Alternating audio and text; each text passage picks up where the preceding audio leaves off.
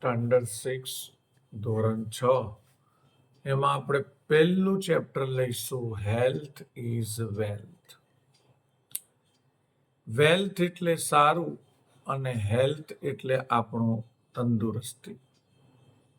સારી છે તંદુરસ્તી, એટલા માટે કહેવામાં આવે છે કે હેલ્થ ઇઝ વેલ્થ. હેલ્થ એટલે આપણું આરોગ્ય અને વેલ્થ એટલે કે સારું. સારું છે આરોગ્ય. હેલ્થી ફૂડ ઇઝ ગુડ, એવી સરસ મજાની અહીંયા એક પોયમ આપી છે, કવિતા આપી છે. Healthy food is good. Healthy food એટલે કે તંદુરસ્ત આહાર એ આપણા માટે કેવો છે? સારો છે. અથવા તો તંદુરસ્ત ખોરાક સારો છે. પણ અત્યારે કોઈ તંદુરસ્ત શબ્દ નથી બોલતું, અત્યારે બધા હેલ્થી જ બોલે છે. હેલ્થીને આરોગ્યપ્રદ પણ કહેવામાં આવે છે. તો પહેલા આપણે એવી સરસ મજાની જે કવિતા અહીંયા આપી છે, હેલ્થી ફૂડ ઇઝ ગુડ, એ એકવાર આપણે જોઈ લઈશું. Healthy food, healthy food, who are you? Who are you? I am the one. I am the one. This is good for you. That is good for you. I make you grow. I make you grow tall and strong. Tall and strong. And give energy all day long. And give energy all day long. Junk food, junk food, junk food, junk food. Who are you? Who are you? I am the one. I am the one. That is bad for you. That is bad for you. I make you weak and very sick. I make you weak and very sick. You become lazy and not very quick. You become lazy and not very quick. Healthy food, healthy food, healthy food. સરસ મજાની અહીંયા આપણને poem આપી છે, કવિતા આપી છે, healthy food is good. જો healthy food હોય, આરોગ્યપ્રદ ભોજન હોય, ખાવાનું હોય, ખોરાક હોય, તે સારું છે. પણ કમનસીબે આપણને એ હેલ્થી ફૂડ જ ગમતું નથી. હેલ્થી ફૂડ, આરોગ્યપ્રદ ખોરાક, આરોગ્યપ્રદ ખોરાક. Who are you? તમે કોણ છો? I am the one. I am the one એટલે હું તે જ છું, અથવા હું એમાંથી એક છું. શેમાંથી? તો કે જે હેલ્ધી ફૂડ છે ને એમાંથી હું એક છું. That is good for you. તે તમારા માટે સારું છે. યુ એટલે તમારા, ફોર એટલે માટે, ગુડ એટલે સારું. તે તમારા માટે સારું છે. શું સારું છે? Healthy food. I make you grow. હું તમારો વિકાસ કરીશ, અથવા તો તમને વધવામાં મદદ કરીશ, મોટા થવામાં મદદ કરીશ, તમારા શરીરના વિકાસમાં મદદ કરીશ. Tall and strong. હું તમને ટોલ બનાવીશ, ઊંચા બનાવીશ, અને સ્ટ્રોંગ એટલે મજબૂત બનાવીશ. And give energy all day long. અને ગીવ એટલે આપીશ, એનર્જી એટલે તાકાત, ઓલ એટલે આખા, ડે એટલે દિવસ, લોંગ એટલે લાંબા. આખા દિવસ દરમિયાન હું તમને એનર્જી આપીશ, ઉર્જા આપીશ, તાકાત આપીશ. આ બધું બોલે છે હેલ્ધી ફૂડ. મેં તમને કીધું છે કે જે વસ્તુ સારી હોય ને એની સામે બીજી વસ્તુ ખરાબ હોય ને હોય. હેલ્ધી ફૂડે બધી વાત કરી, હેલ્ધી ફૂડ, હેલ્ધી ફૂડ, અને પછી અહીંયા હેલ્ધી ફૂડની પાછળ લખ્યું હુ આર યુ, તમે કોણ છો? કે છે હું એમાંથી એક છું. તમારા માટે હું સારો છું અને હું તમારા વિકાસમાં મદદ કરીશ, તમને મજબૂત અને ઊંચા બનાવીશ. હું તમને આખો દિવસ કામ કરવા ચાલે ને એટલી તાકાત આપીશ. હવે હેલ્ધી ફૂડનો ટર્ન પત્યો, હવે સામે જંક ફૂડ આવ્યું. તમારે શું ખાવું એ તમારા ઉપર છે, હેલ્ધી ખાવું કે જંક ખાવું. હવે જંક ફૂડ બોલે છે, junk food, junk food. Junk એટલે મેં તમને કીધું હાનિકારક, નુકસાનકારક. ફૂડ એટલે કે ભોજન, ખોરાક. હાનિકારક ખોરાક, હાનિકારક ખોરાક. Who are you, who are you એટલે તું કોણ છે અથવા તમે કોણ છો? આઈ એમ ધ વન, હું આમાંથી એક છું અથવા હું તે જ છું. શું? Junk food. That is bed for you, તે તમારા માટે ખરાબ છે. યુ એટલે તમારા, ફોર એટલે માટે, બેડ એટલે ખરાબ. આઈ મેક યુ વીક, હું બનાવીશ યુ વીક, તમને કમજોર, હું તમને કમજોર કરીશ. એન્ડ વેરી સિક, અને હું તમને ઘણા જ બીમાર પાડીશ. સિક એટલે બીમાર પાડવું. યુ બીકમ લેઝી, તમે લેઝી બની જશો, આળસુ બની જશો. એન્ડ નોટ વેરી ક્વિક, અને તમે ચુસ્ત બની જશો.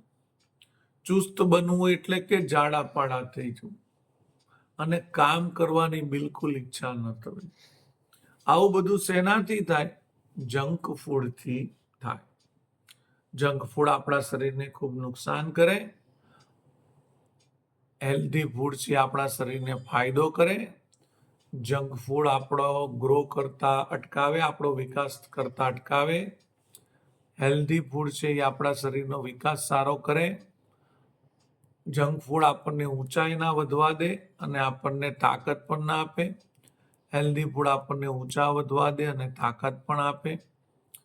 જંક ફૂડ આપણને બહુ એનર્જી જ આપતું નથી, તાકાત જ નથી આપતું. અને આ જે હેલ્ધી ફૂડ છે એ આપણને આખો દિવસ કામ કરી શકીએ એટલી તાકાત આપે છે. આ બંને તફાવત તમે સારી રીતે સમજો છો અને કદાચ નહીં સમજ્યા હોય તો હવે સમજી ગયા છો. તે છતાંય તમારી જીભ લબલબ છે ને આ જંક ફૂડમાં થાય છે, હેલ્ધી ફૂડમાં થતી નથી. તો મિત્રો, સ્ટાન્ડર્ડ 6 ધોરણ 6 ની અંદર આપણને આ પહેલી કવિતા મૂકી, હેલ્ધી ફૂડ ઇઝ ગુડ. એટલા માટે મૂકી કે આજના જમાનામાં છોકરાઓ જંક ફૂડ પાછળ ડોટ મૂકી છે અને પોતાનું શરીર બગાડે છે. તમે જાણતા જ હશો, પેપરમાં કિસ્સા આવે છે, નાના છોકરાઓને એટેક આવી ગયો, નાના છોકરાઓને સુગરની બીમારી થઈ ગઈ, ડાયાબિટીસ થઈ ગયો. આ બધું થવાનું કારણ એક જ છે, આ જંક ફૂડ. માટે સાહેબ, જંક ફૂડને એવોઇડ કરો. એવોઇડ કરો એટલે તમારાથી દૂર રાખો અને હેલ્ધી ફૂડ ખાવાનું ચાલુ કરો. અહીં આપણને એક એક્સરસાઇઝ આપી છે, find the rhyming words from the poem. પોયમમાંથી આપણે રાઇમિંગ વર્ડ્સ ફાઇન્ડ કરવાના છે. જેમ કે અહીંયા મૂડ આપ્યું છે, તો મૂડ પરથી આવ્યું ગુડ અને ફૂડ. ફોલ આપ્યું છે તો ફોલ પરથી આવે છે ટોલ, ઓલ. અને રેમિંગ વર્ડ્સ કહેવાય, એના પાછળના લેટર કેવા હોય? સરખા હોય. રોંગ તો સ્ટ્રોંગ ને સ્ટ્રોંગ તો લોંગ, જો પાછળ ONG આવે છે. ટીક, સિક, ક્વિક. ટીક, સિક, ક્વિક. ઓકે, તો ચાલો આપણે પોયમમાંથી પણ એકવાર જોઈ લઈએ તો તમને વધારે ખબર પડે. અહીંયા છે ફૂડ અને આર યુ ગુડ. પછી જો આ છે સ્ટ્રોંગ તો આ છે લોંગ. પછી આપણને બીજું કીધું તું ટોલ વાળું. આ ટોલ છે તો અહીંયા આપી દીધું હશે ઓલ. પછી છે સિક તો અહીંયા આપી દીધું છે ક્વિક. આવા ઘણા બધા શબ્દો એવા છે કે જે આપણે રેમિંગ વર્ડ્સમાં ઉપયોગ કરી શકીએ છીએ. અહીંયા એક સ્ટોરી આપી છે ફ્રોમ જંક ટુ જોય, એટલે કે જંક ફૂડથી આનંદ. આપણને બધાને જંક ફૂડ ખાવામાં જ મજા આવે છે, પણ ખરેખર એ આપણા શરીરને બગાડે છે. આ એટલા માટે જ અહીંયા આ બધા ચેપ્ટરને કવિતા મૂકી છે કે તમારા જેવા બાળકો જંક ફૂડ બંધ કરે અને હેલ્ધી ફૂડ ખાય. પણ મને ખબર છે કે તમે સુધરવાના નથી. Listen to the story. Listen એટલે સાંભળો, સ્ટોરી એટલે વાર્તા. આ વાર્તા આપણને આપી છે, આપણે સાંભળીશું અને એના પરથી શીખીશું. એક છોકરી છે જેનું નામ છે રાધા. રાધા એ સ્કૂલ ગર્લ.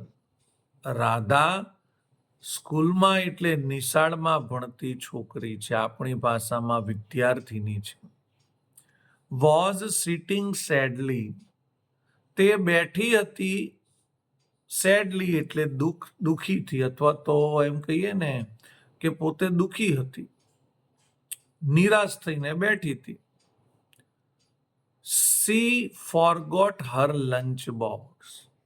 આપણને એમ કીધું કે તે નિરાશ થઈને બેઠી હતી, તો આપણને એમ થયું કેમ નિરાશ થઈ હશે, તો એનું રીઝન પણ આપી દીધું. સી ફોરગોટ, તે ભૂલી ગઈ હતી, હર તેનો લંચ બોક્સ, એનો લંચ બોક્સ તે ભૂલી ગઈ હતી. જસ્ટ ફક્ત, ધેન અને, અથવા તો પછી, ધેન એટલે પછી, જસ્ટ ધેન પછી, એ ફેરી એપિયર્ડ. ફેરી એટલે કે પરી અને એપિયર્ડ એટલે કે પ્રગટ થઈ. એપિયર્ડ એટલે કે પ્રગટ થવું, ત્યાં આવી ગઈ. રાધા સેઝ, રાધાએ કીધું, surprised to see the fairy. To see the fairy, ફેરીને જોઈને તે સરપ્રાઇઝ થઈ ગઈ.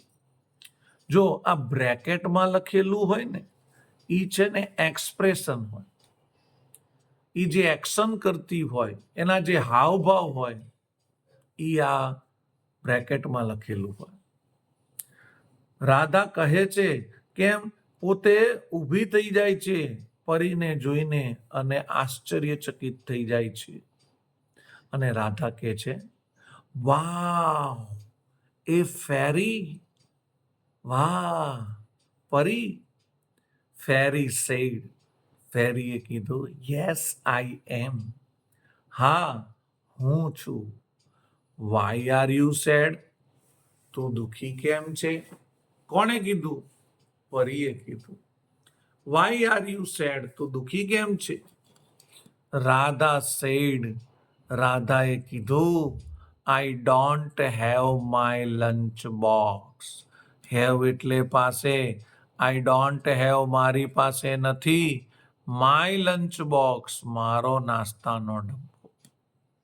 ધ ફેરી વેવડ હર મેજિક, અને ફેરી તેનું મેજિક કરે છે, જાદુ કરે છે. શેનાથી? Magic wand. And suddenly, suddenly એટલે અચાનક.